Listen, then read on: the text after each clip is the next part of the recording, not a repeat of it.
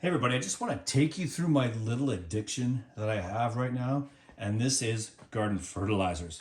Okay, look at all of these garden fertilizers that I'm using this year. Currently, I have 34 tomato plants, and about 30 of them are potted tomato plants. Okay, and they take a lot of vitamins, minerals, nutrients. Okay, now without these, they wouldn't have produced as well as they have produced, and they produced very well.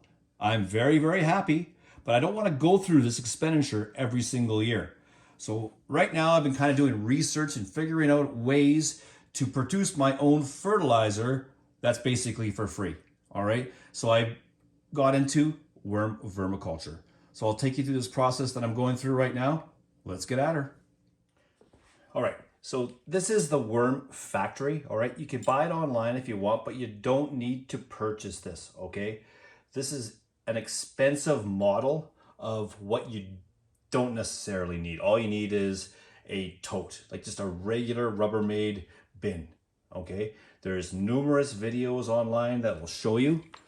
All right. But I'll take you through this worm factory. I got it from a buddy of mine, Merle. Okay.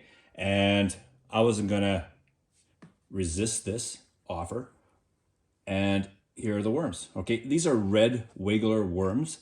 And this top level is just flyers that I have, non-glossy, I guess. I read that non-glossy is the way to go. Glossy isn't good at all. All right, it does something to the worms. So take it or leave it, whatever. So this is damp, okay? This is to keep the moisture in, all right? And this is pretty much all worm castings, all right? Now, the worms are now gonna go into the soil, right, to avoid the light. Now, this is where I fed them about a few days ago, all right? So you'll see more worms on this side, right? Then you feed them once a week, at least I do. Then next time it's gonna be over here, right?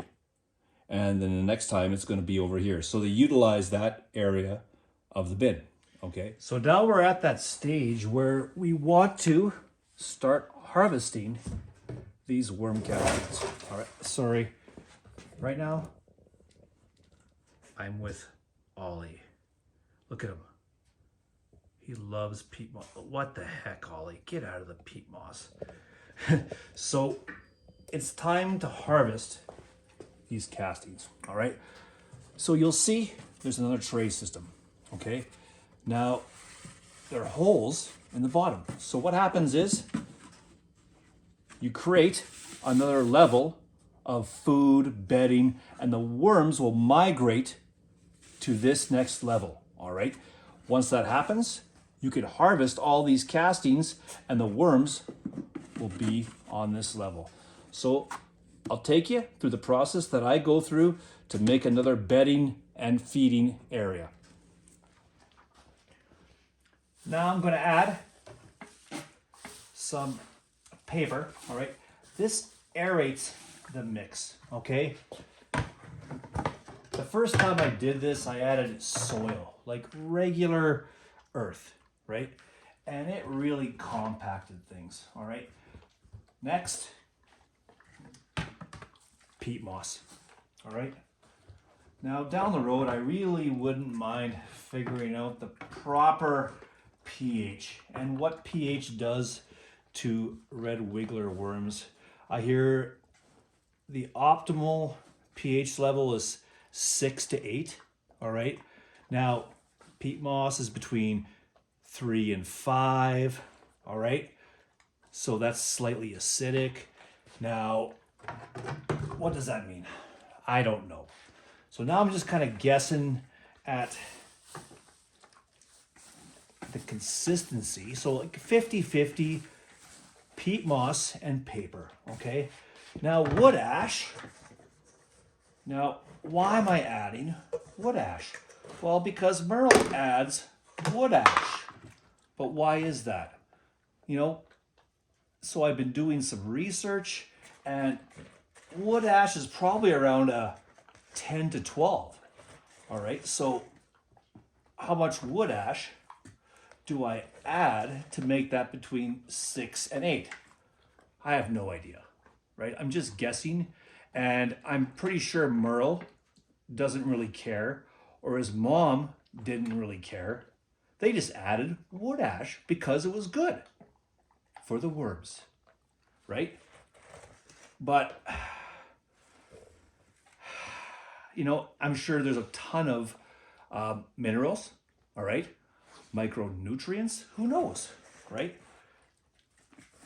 But I would like to try to figure out, why do you add wood ash? I'm pretty sure it's for the pH level, but then how much wood ash do you add, right?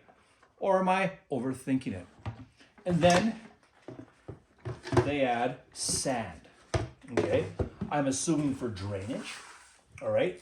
But then, well, what's in sand? Well, rocks, right? So there's a ton of nutrients in that as well. It also adds drainage, right? How much sand should I add? Not really sure, but that looks about right.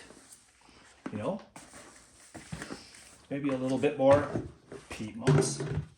Now remember, you're only doing one level, and you don't want to add too much. All right, so that looks pretty good. Now, what else are we going to add? If Ollie doesn't eat everything, well, we're going to add this cantaloupe. Now, previously, I would have pureed this cantaloupe, but Merle said nay on that. And Merle was very, very adamant that you add pure artesian well water from the Himalayan steppe, right? None of this North Battleford water, you know. Merle's a fancy guy, really fancy, very, very particular, right? It took 12 weeks for me to acquire this water. But you know what? Merle is going to be so happy with this. And look at that. I believe he says that this water was blessed by virgins. And hopefully this is wet enough.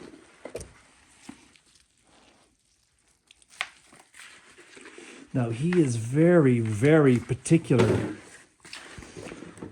on how wet this needs to be. I've even had him take his moisture meter out, like out of his pocket, like randomly, like he carries it around. Ugh, Merle, what a guy. All right, so here you are.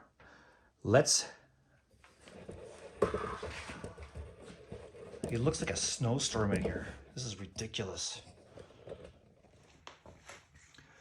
right, so I'm adding the bedding and the feed to the second level.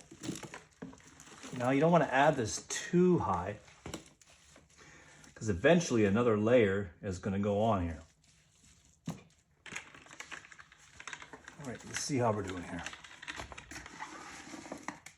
Now, that's moist enough.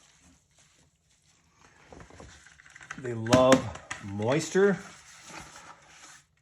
and heat. And that should be good to go. Now, I have some flyers, all right, that I'm gonna lay on top, all right? This is so it doesn't dry out, because this dries out really quickly without this layer of paper, all right? And actually the worms will process this paper as well.